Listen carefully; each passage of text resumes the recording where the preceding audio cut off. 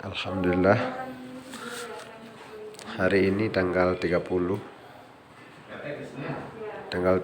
November kami sudah berada di kantor PT BES Pusat, yaitu di Bandung, untuk menemani guru kita Ustadz Ridha yang mengambil luxury 1 miliar langsung ke PT BES Bandung. Ini beliau lagi ngisi data. Ini sama leader kita juga dari Depok. Ini BES Company.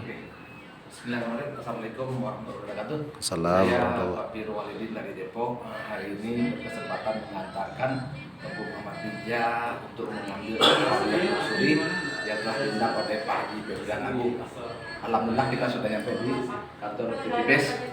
Dan ini tempatnya penyerahan hadiah dan seremonial. Begitu saja dari saya. Songku Rita juga sama Songku Isa yang ngambilnya nih. Ini ada satu rombongan lagi. Satu rombongan lagi. Ada. Assalamualaikum.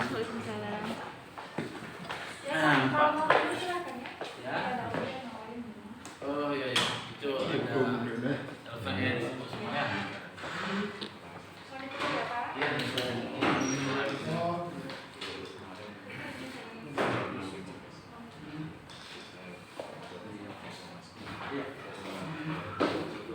Assalamualaikum warahmatullahi wabarakatuh. Nah, dulu.